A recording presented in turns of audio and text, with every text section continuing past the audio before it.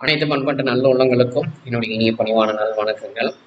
இந்த காணொளியில நான் உங்க கூட பகிர்ந்து கொள்ள போற ஒரு முக்கியமான விஷயம் எதை பற்றியதுன்னா, அதாவது நம்ம என்னதான் வந்து அன்எம்ப்ளாய்மெண்ட் அப்படிங்கிறது இருந்தாலும், டெக்னாலஜி நம்ம தொழில்நுட்பங்கிறது நாளுக்கு நாள் வளர்ந்து கொண்டு வந்தாலும், இன்னமுமே நம்ம நீதித்துறையில ஒரு பின்தங்கி இருக்கிற ஒரு விஷயம் என்னன்னா, இந்த ஆதாரம் அப்புறம் சாட்சிகள் இதை சரியா எப்படின்னா வந்து ஒரு ஒரு வழக்கை விசாரணை பண்ணி அதில் குற்றவாளி யாருன்னு சரியாக கண்டுபிடிச்சி அவங்கள சிறையில் அடைச்சி அவங்களுக்கு உரிய தண்டனை வாங்கி கொடுக்குற விஷயம்தான்.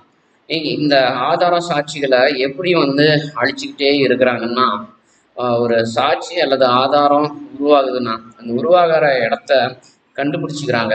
கண்டுபிடிச்சி யார் கண்டுபிடிக்கிறாங்கன்னா, தவறு செய்பவர்கள், சமூகத்தில் குற்றத்தில் ஈடுபடுபவர்கள் அதை கண்டறிஞ்சுக்கிறாங்க. கண்டறிஞ்சு என்ன பண்ணுறாங்கன்னா, அதில் என்னென்ன சாட்சிகள் வருது, என்னென்ன ஆதாரங்கள் வருது, அது எல்லாத்தையும் அழிச்சிடு அப்படின்னு. இந்த நம்ம இந்திய நாடு பொறுத்த வரைக்கும், இந்திய நாட்டுக்குள்ளார சாட்சிகளையும் ஆதாரங்களையும் கயவர்களுக்கு, கல்வர்களுக்கு, குற்றவாளிகளுக்கு ஆதரவாக அழிக்கிற மாதிரியான ஒரு விஷயத்த பண்ணுறதுக்குன்னே வெளிநாடுகள்லேருந்து நமக்கு இந்திய அரசாங்கத்துக்கும் மக்களுக்குமே தெரியாமலாம் எவ்வளவோ பணம் பட்டுவாடா செய்யப்படுறது, இன்னொன்று லஞ்ச லாவணியங்கள்லாம் பெருகி இருக்கிறது, இதெல்லாம் பண்ணி வச்சுருந்துருக்காங்க. ஆனால் அதை நம்ம ஒட்டுமொத்தமாக மிகப்பெரிய அளவில் குறைக்க முடியாவிட்டாலும் சிறிது சிறிதாக நம்ம குறைக்கலாம் அப்படிங்கிறது தான் என்னுடைய கருத்து. அதில் இந்த ஆதாரங்கள் சாட்சியங்களை நம்ம எப்படி பாதுகாக்கலாம் அப்படிங்கிறதுனுடைய ஒரு முதல் பாகம் தான் இது. அதுலேயும் குறிப்பாக இதுக்கு நான் வச்சிருக்கிற தலைப்பு என்னன்னா, legally picking up or legally rescuing அப்படிங்கிறது தான். அதாவது எதை வந்து நம்ம லீகலாக பிக் பண்ண போகிறோம், அதை நம்ம எடுத்துக்க போகிறோம், இன்னொன்று அதை நம்ம எப்படி பாதுகாக்க போகிறோம், அதில் நம்ம எப்படி நடைமுறையில் ஒரு நவீனமான தொழில்நுட்பத்தில் கொண்டு வரலாம் அப்படிங்கிறத நான் உங்களுக்கு விளக்குறேன். அதில் குறிப்பாக பார்த்துட்டோம்னா, இப்போ ஆட்டோக்காரர்கள் அப்படிங்கிற ஒரு சமூகத்தை பார்த்துட்டோம்னா, நாளுக்கு நாளில் ஒரு நாளில் வருமானம் அதிகமாக இருக்கும், ஒரு நாள் வேற வருமானம் குறைவாக இருக்கும். இப்படி அவங்க எவ்வளவோ கஷ்டங்களை பார்த்துக்கிட்டு அவங்களுக்கு உண்டான தொழில் என்ன தான், அவங்க கற்றுக்கிட்ட வேலை என்ன அப்படிங்கிறதுல உறுதியாக இருக்கிறாங்க. அதே சமயம் காவல்துறையால் மட்டும் ஒரு வழக்கை முழுமையாக நிறைவு பெற முடியறதில்லை. அதில் காவலர்களுக்கு இருக்கக்கூடிய அனுபவங்கள் எடுத்து பார்த்துட்டோம்னா, எவ்வளவோ வழக்குகளுக்காக இப்போ போராட ஒரு நீதி கிடைக்க முயற்சி எடுத்து அதில் தோல்வி அடைஞ்சு விரக்தியில் போனவங்க தான் பெரும்பாலானோர் அல்லது அதிகமானோர். அதில் இந்த சாட்சியங்கள், தடயங்கள், அப்புறம் ஆதாரங்கள் இதெல்லாம் வந்து பாதுகாக்கிறது எப்படிங்கிறத பார்த்துட்டோம்னா, இப்போ சமீபமாக ஒரு கடந்த இரண்டு வருடங்களுக்கு முன்னே நேச பிரபு அப்படிங்கிற ஒரு அந்த ஊடகவியலாளர் படுகொலை செய்யப்பட்டார் பல்லடத்தில். பல்லடத்தில் அவர் படுகொலை செய்யப்பட்டதுக்கான அந்த சூழ்நிலையெல்லாம் எடுத்து பார்த்துட்டோம்னா, அவர் எங்கே போகிறாரு வராரு அப்படிங்கிற அந்த ஒரு இதெல்லாம் வந்து கண்காணித்து அவருக்கு என்ன பண்ணியிருக்காங்கன்னா, ஆளுங்களை அவர் இருக்கிற இடத்துக்கு அனுப்பி அவரை வெட்டியிருக்கிறாங்க. அப்போ அவர் ஆதாரங்களையும் சாட்சிகளையும் சேகரிக்கிறவர், நம்ம நீதித்துறைக்கு எடுத்துகிட்டு வர்றவர், அவருக்கு ஒரு பாதுகாப்பு இல்லாமல் போனதுக்கான காரணம் என்னன்னா, அங்கிருந்து அவரை காப்பாற்றிட்டு கூட்டிகிட்டு போகிறதோ இல்லை யாருக்கும் தெரியாமல் அவருடைய ஆதாரங்கள் சாட்சியங்களை ஒரு நம்ம நீதித்துறைக்கு அனுப்பி வைக்கிறதுக்கோ ஒரு சரியான ஒரு வசதிகள், வாய்ப்புகள், சூழ்நிலைகள் இப்போ வரைக்கும் இன்னும் கட்டமைக்கப்படல.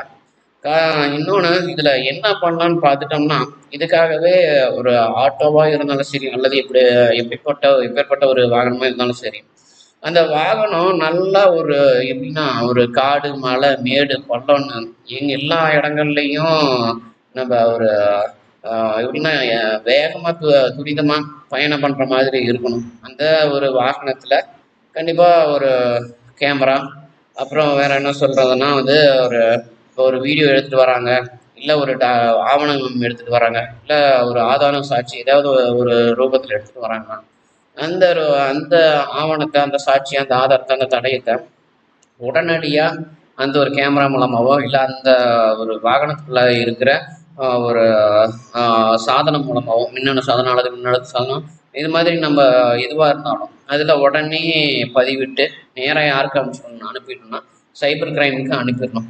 இன்னொன்று, இந்த வாகனத்தை யார் வந்து அனுமதிக்கணும், யார் யார்கிட்ட கொடுக்கணும், அதே மாதிரி யார் யார் கூட பேசணும் அப்படிங்கிறதெல்லாமே நம்ம கண்டிப்பாக பார்க்கணும். அந்த விஷயம் பொறுத்த வரைக்கும் பார்த்துட்டோம்னா, இப்போ அந்த வாகனத்தை இயக்குறவங்க ஒரு சமூகத்தில் ஒரு நம்பிக்கையான ஒரு நபராக இருக்கணும்.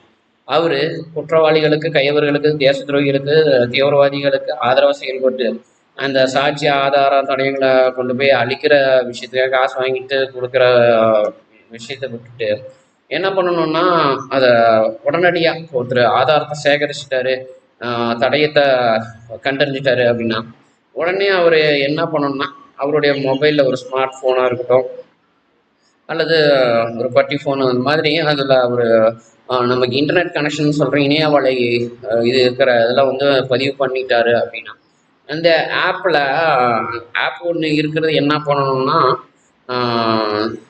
அந்த ஆப்பில் அவங்க இந்த வாகனத்தை வரவழைக்கிறதுக்கு மட்டுமே வந்து பயன்படுத்தணும். ஏன்னா அந்த ஆப்பில் என்னதான் சாட்சி ஆதாரங்கள் நம்ம பதிவிட்டாலும் இவரை நம்ம காப்பாற்றணும்னா சாட்சி ஆதாரங்கள் தடயங்களை சேகரிச்சவரை நம்ம கட்டாயம் காப்பாற்றி ஆகணும்.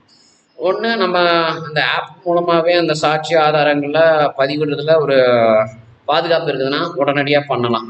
அப்படி இல்லாத பட்சத்தில் இந்த ஒரு வாகனத்தை அனுப்பி அந்த வாகனத்தை இயக்குபவருக்கு எப்படின்னா வந்து அந்த வாகனத்தில் இயக்குபவருக்கு ஒரு குறைஞ்சது 500 ரூபா அப்படிங்கிற ஒரு கட்டணம் நிர்ணயம் பண்ணிடணும். அந்த கட்டணம் யார் மூலம் யாருக்கிட்ட இருந்து போய் வாங்கி கொடுக்கணும் அப்படின்னா அந்த தடயத்தில் ஆதாரத்தில் யார் சம்மந்தப்பட்டிருக்காங்களோ அவங்கக்கிட்ட அந்த அபராதத்தை விதிக்கிறது மூலமாக கண்டிப்பாக அந்த ஒரு கட்டணத்தை வாங்கி கொடுக்கணும். இந்த ஆட்டோ ஓட்டுநரோ அல்லது ஒரு சரியான ஒரு இயக்குனரோ அந்த வாகனத்தை இயக்குபவர் அந்த வாகனம் கண்டிப்பாக காவல்துறையில் தான் பராமரிக்கப்படணும், நிறுத்தி வைக்கப்படணும். அதே சமயம் இப்போ மாநில அரசு இருக்குன்னா மாநில அரசு இதில் தலையிடக்கூடாது. காவலர்களும் மத்திய அரசும் இணைஞ்சு இந்த ஒரு திட்டத்தை செயல்படுத்தணும். அடுத்தபடியாக அந்த வாகனத்தில் ஒருத்தர் அந்த ஒரு ஆப் மூலமாக இந்த வாகனத்தை வேணும், இந்த legal pickup legal rescue vehicle வேணும் அப்படின்னு சொல்லி ஒருத்தங்க வேண்டுகோள் கொடுக்குறாங்க அப்படின்னா வேண்டுகோள் கொடுத்ததுக்கப்புறம் அந்த வாகனத்தை இயக்குபவருக்கும் இந்த சாட்சி ஆதாரங்கள் தடயங்களை சேகரித்தவருக்கும் மட்டுமே தொடர்பு இருக்கணும். காவலர்களுக்கு போகக்கூடாது. ஏன்னா காவல்துறையில் காவல் நிலையங்களில் என்ன மாதிரியான ஒரு சூழ்நிலை போகுதோ அது நமக்கு வந்து கண்டிப்பாக தெரியாது. ஒருவேளை காவலர் உள்ளுக்குள்ளார யாராவது ஒரு கருப்பாடாக இருந்து அவங்க வந்து சாட்சி ஆதாரங்களை அழிக்கிறதுக்கான நடவடிக்கையில் ஈடுபட்டாங்க அப்படின்னா கண்டிப்பாக நம்ம இந்த திட்டம் அப்படிங்கிறது வீணாக போயிடும். அப்போ என்ன பண்ணணும்னா அந்த ஆப்லாம் அவங்க ரெக்வஸ்ட் கொடுத்த உடனே இது அந்த சைபர் கிரைம் போகணும். சைபர் கிரைமில் இருந்து யாரெல்லாம் தகுதி அடிப்படையில் தேர்ந்தெடுக்கப்பட்டிருக்காங்களோ அவங்களுக்கு தகவல் போகணும். அவங்க என்ன பண்ணணும்னா காவல் நிலையத்துக்கு வரணும். காவல் நிலையத்துக்கு வந்து அந்த ஒரு பதிவு பண்ணிவிட்டு அந்த வாகனத்தை எடுத்துகிட்டு போகணும். அல்லது சொந்தமாக வாகனம் வச்சுருக்காங்க அப்படின்னா அந்த சொந்த வாகனம் வச்சுருக்கிறவங்களுடைய மொபைலுக்கு அந்த ஒரு அப்ளிகேஷனை கொடுத்துட்டு அந்த அப்ளிகேஷன் மூலமாக அவங்க தொடர்பு கொண்டு சைபர் கிரைம்லேருந்து நேரடியாக தொடர்பு கொண்டு என்ன பண்ணணும்னா அந்த சாட்சி தடயங்கள் ஆதாரங்கள் சேகரித்த ஒரு ஆபத்தில் இருக்கிறாரா, இல்லை ஒரு சாதாரண நிலைமையில் இருக்கிறாரா, அல்லது பக்கத்து வீட்டில் இருக்கிறாரா, பக்கத்து வீட்டில் இருக்கிறாரா, எங்கே இருந்தாலும் இதை அனுப்பி என்ன பண்ணணும்னா வாகனத்தை அனுப்பி அவங்கள முதல்ல அந்த இடத்துல இருந்து ஒரு பாதுகாப்பான இடத்துக்கு கொண்டு வரணும். அவங்கக்கிட்ட கேட்டுட்டு விசாரிச்சுட்டு உங்களுக்கு எந்த இடம் பாதுகாப்பாக இருக்கும் அப்படிங்கிறத விசாரித்து அங்கே கொண்டு போய் சரியாக அவங்கள விட்டுறணும் பாதுகாப்பு. ஏன்னா அவங்க சாட்சி ஆதாரங்கள் தடயங்களை சேகரித்தது குற்றவாளிகள் பார்த்துட்டாங்களா இல்லையாங்கிற அதை அடிப்படையாக வச்சு தான் நம்ம அவங்கள வெளியில் கொண்டு வர்றதுக்கான ஒரு முடிவை எடுக்க முடியும். அப்படி இருக்கும்போது அவங்களுடைய உயிரமே வந்து அங்கே முக்கியம். அப்போ அவங்ககிட்ட மொதல் வேலையை என்ன பண்ணுறதுன்னா அவங்களுடைய ஆதார் நம்பர் என்ன, அவங்க சேகரித்த அந்த ஆதாரம் என்ன, அவங்க எந்த இடத்துல அவங்க சேகரித்தாங்க, எந்த இடத்துல அதை பார்த்தாங்க எடுத்தாங்க, இதெல்லாம் வந்து அந்த தகவலை முதல்ல சொல்லிட்டு, அதுக்கப்புறம் யார் என்ன பண்ணாங்க, என்னென்ன மாதிரியான ஒரு சமூக குற்றத்துக்கு, ஒரு தேச விரோத செயல்களுக்கு யார் யார் என்னென்ன பண்ணியிருக்காங்க அப்படிங்கிற விஷயத்த நம்ம அடுத்தது அவங்கள பேசணும். அவங்க முதல்ல பேசுனதுக்கு அப்புறம் என்ன பண்ணணும்னா, அவங்க அந்த வாகனத்தை அங்கிருந்து எடுத்துட்டு போய் கண்டிப்பா என்ன பண்ணணும்னா, அவங்கள பாதுகாப்பான இடத்துல விடணும். ஒருவேளை நம்ம ஒரு மாநில அரசுனால அவங்களுக்கு ஒரு தாக்குதல் ஏற்படுற மாதிரியான ஒரு சூழ்நிலை உருவாச்சுன்னா, கண்டிப்பா அங்க என்ன பண்ணணும்னா, ஒரு தனிப்படை விரைந்து போகணும். அதுக்கான ஒரு வசதியும் நம்ம அந்த அ வாகனத்தை இயக்கிக் கொண்டு போற ஓட்டுநரினுடைய ஆப்ல நம்ம செட் பண்ணிடணும். நிர்ணயம் பண்ணிடணும். அதனால என்ன ஆகும்னா, இப்ப இந்த இடம் வந்து ஆபத்தானதா இருக்குது. தொரத்துறாங்க, பின்னாடி தொரத்துறாங்க, முன்னாடி தொரத்துறாங்க, பக்கத்துல அடிக்க வராங்க, ஆயுதங்களோட வராங்க அப்படிங்கிற மாதிரியான விஷயம் இதாயிடுச்சுன்னா, உடனே அங்க ட்ரோன் அனுப்பி எல்லாத்தையும் கண்காணிக்க வச்சு, அவங்க யார் யாரெல்லாம் தாக்குதலுக்கு வராங்க அப்படிங்கிறது எல்லாத்தையும் படம் எடுத்து, அல்லது அங்க ஒரு குழுவ அனுப்பி என்ன பண்ணணும்னா, அங்க இருக்கிறவங்கள பாதுகாத்து, அதுக்கப்புறம் ஒரு சரியான இடத்துக்கு கொண்டு வந்து விடணும். இப்போ கடந்த வருடம் நம்ம ஒரு செய்தி கேள்விப்பட்டிருப்போம். அது என்னன்னா, வெளிநாட்டுல இருந்து வந்த ஒரு பெண், அப்புறம் அவருக்கு கூட வந்தவரு. என்னன்னா, ஒரு இடத்துல அதாவது அவங்க வாகனத்திலேயே இந்த உலகத்தை சுற்றி வரணும் அப்படிங்கிற ஒரு நோக்கத்தோட வந்தாங்க. அதுல ஒரு வெளிநாட்டு பெண்ணானவங்க ஒரு குழுவினால, அதுவும் வட இந்தியாவுல பலாத்காரம் செய்யப்பட்டாங்க. அந்த ஒரு விஷயமுமே நம்ம நாட்டுல ரொம்பவே வைரல் ஆச்சு. அப்ப அந்த மாதிரியான ஒரு சூழ்நிலை ஏற்படக்கூடாதுன்னா, அப்ப அந்த மாதிரியான ஒரு சூழ்நிலைக்கு தள்ளப்படுறாங்க. நம்ம ஒரு குறிப்பிட்ட நோக்கத்துக்காக வராங்க, இந்தியா வராங்க. அப்ப அவங்களுக்கு வந்து ஒரு பாதுகாப்பு இல்லாத ஒரு சூழ்நிலை ஏற்படுது அப்படின்னாலும், இந்த ஒரு வாகனத்தை பயன்படுத்தி, அல்லது இந்த ஒரு திட்டத்தை பயன்படுத்தி, ஒரு பாதுகாப்பு குழுவை அவங்க சுத்தி அமைச்சுக்கலாம். அப்படி அமைச்சுக்கிட்டாங்க அப்படின்னா, கண்டிப்பா அங்க நடக்கிற விஷயங்கள்ல இந்த மாதிரி நம்ம நாட்டுக்கு ஏற்படுற கெட்ட பெயர்கள்ல இருந்து நம்ம கண்டிப்பா தப்பித்து நல்ல ஒரு வளர்ச்சியை என்ன சொல்றதுன்னா, வளர்ச்சி அடைந்த நாடா கண்டிப்பா நம்ம மாறலாம். இந்த ஒரு திட்டம் எப்படி இருக்கணும்னா, கண்டிப்பா அந்த ஓட்டுநர், இயக்குனர் ஒரு பதட்டம் இல்லாதவரா, ஒரு தைரியமான நபரா, நல்ல ஒரு ஆரோக்கியமானவரா, நல்லா படிச்சவரா, நல்ல ஒரு என்னன்னா ஒரு ஃபிசிக்கலாவும் ஃபிட்டா இருக்கணும், அப்புறம் மென்டலாவும் ஃபிட்டா இருக்கணும். அதனால யார் யாருக்கெல்லாம் இன்னைக்கு இருக்கிற சூழ்நிலையில நம்ம சமூகத்துல வேலை இல்ல, ஆனா வாகனத்தை வச்சிருக்கிறாங்க, ஒரு நல்ல ஒரு கட்டமைப்புல அவங்களுடைய ஒரு தொழிலை பார்க்குறாங்க, இப்போ பார்த்துட்டு இருக்கிறாங்க, இல்லை இப்போ தொழில் இல்லாமல் இருக்கிறாங்க, இந்த மாதிரி சூழ்நிலை எப்படி இருந்தாலும் அவங்க கண்டிப்பா ஒரு நேர்காணலுக்கு எடுக்கப்பட்டு, அவங்களுக்கு இது ஒரு வேலைவாய்ப்பு மூலமா கொடுக்கப்பட்டு ஒரு வருமானம், ஒரு ஒரு நாளைக்கு ஒரு சவாரி அப்படிங்கிறது, அதாவது ஒருத்தரை காப்பாத்துற மாதிரியான ஒரு சூழ்நிலையில ஈடுபட்டாலும் என்ன ஆகும்னு பார்த்துட்டோம்னா, கண்டிப்பா அவங்களுக்கு ஒரு 500 ரூபாங்கிறது ஒரு குறைஞ்ச வருமானம் ஆயிடுது. அது மாதிரி எத்தனை பேர் இன்னைக்கு ஒரு நீதித்துறையை காப்பாத்துறதுக்காக எவ்வளோ ஆதாரங்களை, சாட்சிகளை, தடயங்களை சேகரிச்சு அதை நம்ம நீதித்துறைக்கு அனுப்பி வைக்க முடியாம தடுமாறுறாங்களோ, தயங்குறாங்களோ, அவங்களுக்கெல்லாம் இந்த திட்டம் நல்லபடியாக அமையிற மாதிரி ஒரு வாய்ப்புகளை ஏற்படுத்தி கொடுக்கணும்.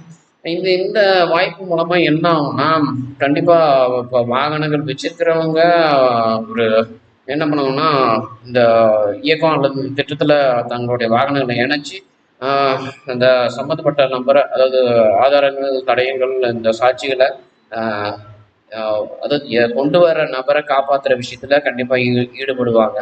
இப்ப இதனால என்ன ஆகும்னா, ஒவ்வொரு மாநிலத்திலையும் குற்றம் செய்கிற அரசியல் கட்சிகளா இருக்கட்டும், அல்லது அரசியல்வாதிகளா இருக்கட்டும், அல்லது காவல்துறையினரா இருக்கட்டும், அல்லது மருத்துவர்களா இருக்கட்டும், வக்கீல்கள்னு சொல்ற வழக்கறிஞர்கள், இது மாதிரி எந்த வகை மனிதர்களா இருக்கட்டும், அவங்க கண்டிப்பா பாதிக்கப்படுவாங்க.